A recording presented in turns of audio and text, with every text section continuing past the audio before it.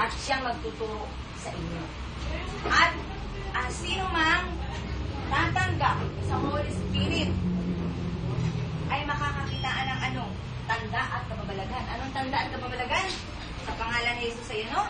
Magpapalayas ng demonyo, kapagaling ng may sakit, makakapagsalita sa iba't ibang wika, makakaalam ng future.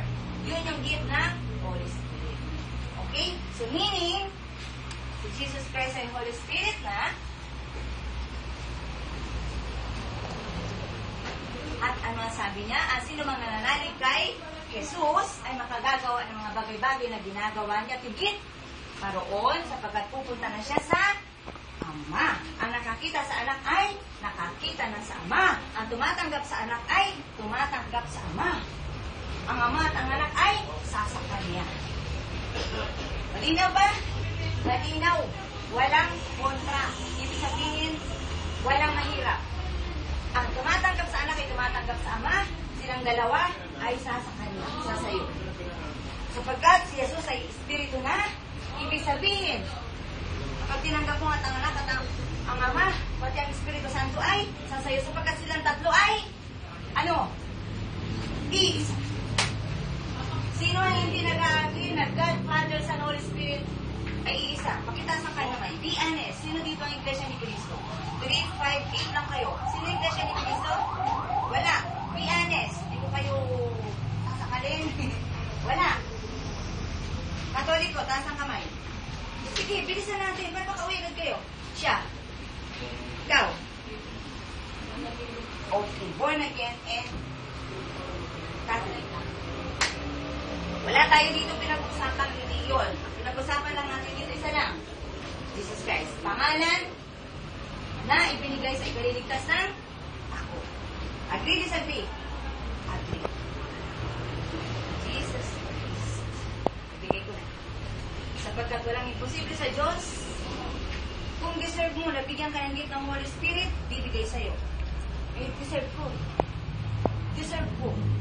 Kaya nandito ako ngayon,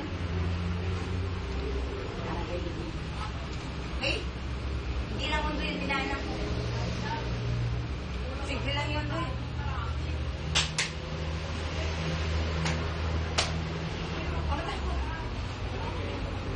Umasaran yung tenga mo.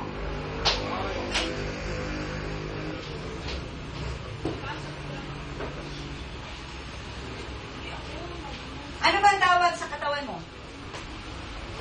Born again. Anong tawag sa body mo? Ikaw. Temple of the Holy Spirit. Pag sinabing templo ka, lalagyan ka. Mayroong nasa loob mo. Templo ka yun. At sino yung nasa loob mo? Kasi Jesus Christ. So, I am a temple of the Holy Spirit. Jesus Christ is in me. At siya makikipag-usap sa inyo. Believe it or not, nandito na tayo sa katotohanan na magagawa ni God ang katang bagay. Kaya niya pasukin ang body mo kung deserve mo. Pero kung di mo deserve, hanggang labas lang siya. Amen?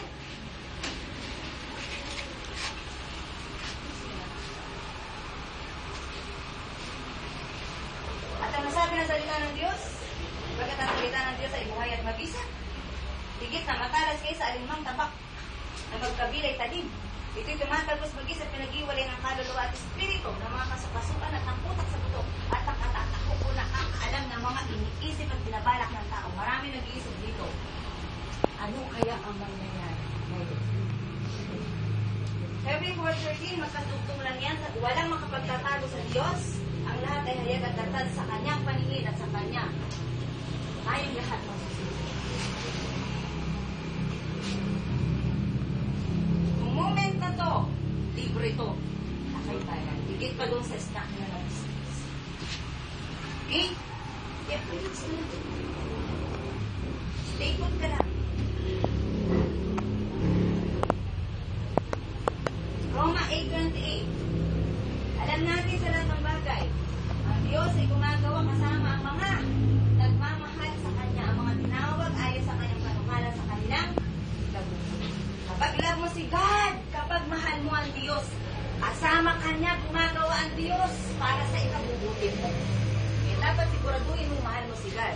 At ang pagmamahal sa Diyos ay pagsunod sa sinasabi ng Diyos. Simple, kung may karelasyon kayo, hindi ka maniniwalang mahal ka niya kung hindi siya susunod sa mga gusto mo. Vice versa. Right? Ano ang first commandment? Love God with all your heart, with all your soul, with all your mind, with all your strength. With all. Alam niyo ba yung all? No reservation. No limits.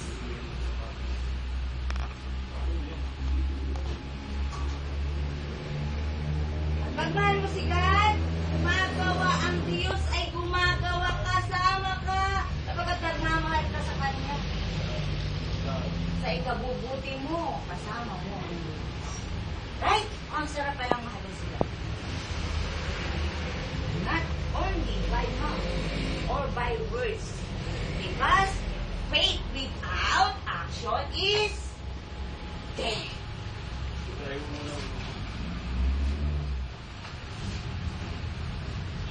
Kung love mo yung isang tao, wala kang ginagawa para sa kanya. Say lang ng say ng I love you, I love you, I love you, I love you, take care, take care, take care. Kumain ka na ba? Wala ka namang ibinibigay.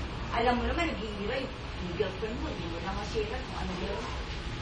Hanggang words ka lang, wala kang action, kaya patay yung love mo sa kanya. Okay? Eh, natutunan na ba kayo?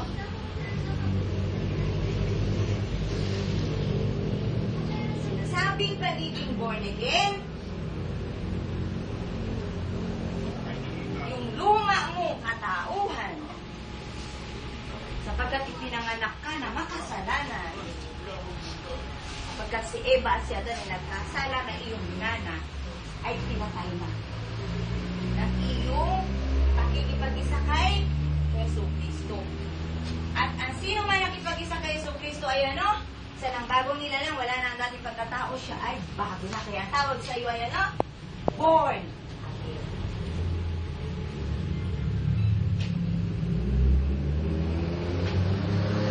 Hindi kayo. Mga minamahal, huwag ninyong paniwalaan agad ang mga bawat nagsasabing sa kanilang espiritu.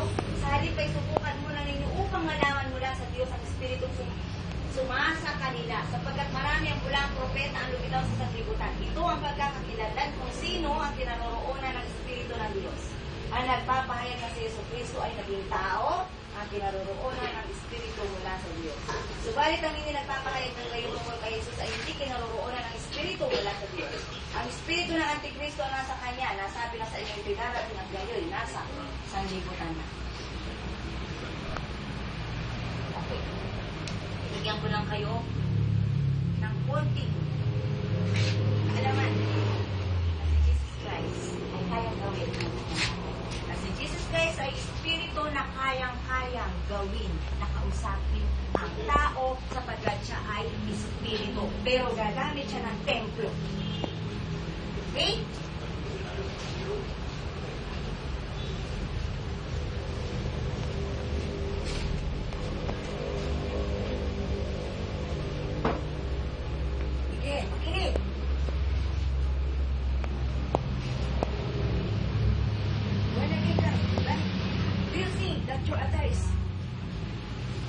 Good to say that you are a born again. Do you think? Say it!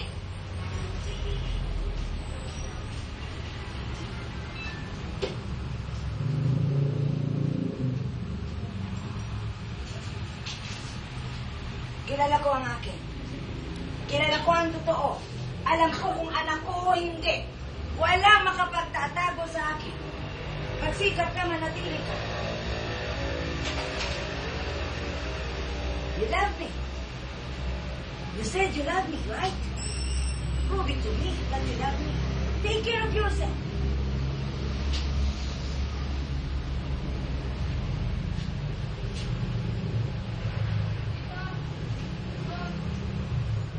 Alam mo ba kung sinong iiwanan mo? Sa kamamadali mo? You have time for everything. I am your everything. Do Do you know that I am your everything?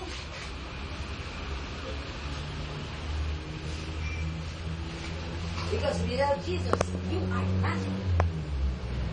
Without Jesus in your heart, you are nothing.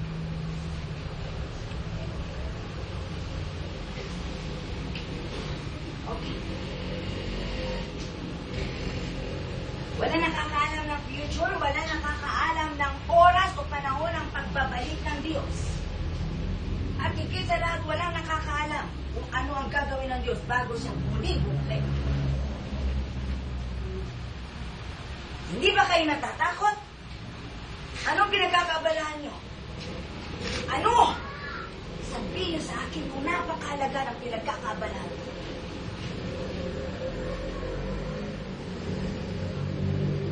Alam niyo ba may kaligtasan at buhay na walang hanggan? And you said that you are born again? Is it enough that you have faith? Show to me. Show me that you are born again.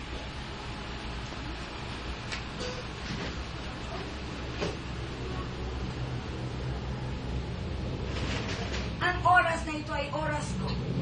At ang sinong mang hindi tatanggap sa akin,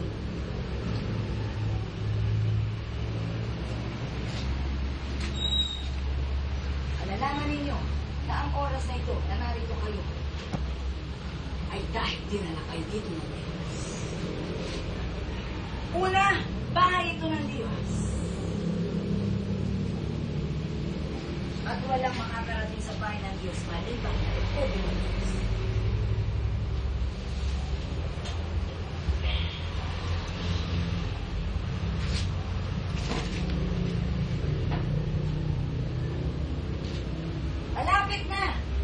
Malapit na ang pag-iwalay ng puti sa mga digulay, sa mga puti na nilinisan ng Diyos at sa mga nananatiling marumi.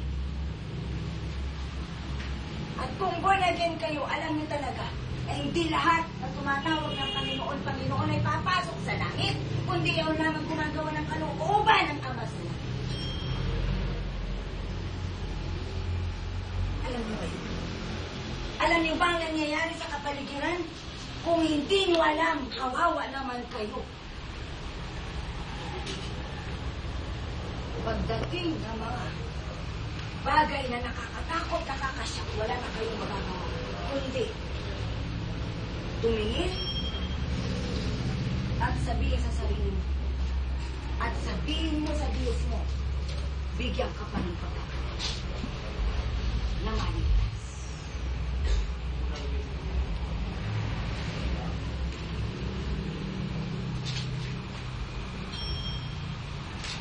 Bilang nakakatanda ka rito, kakausapin kita. Mahalagaan mo atin ito.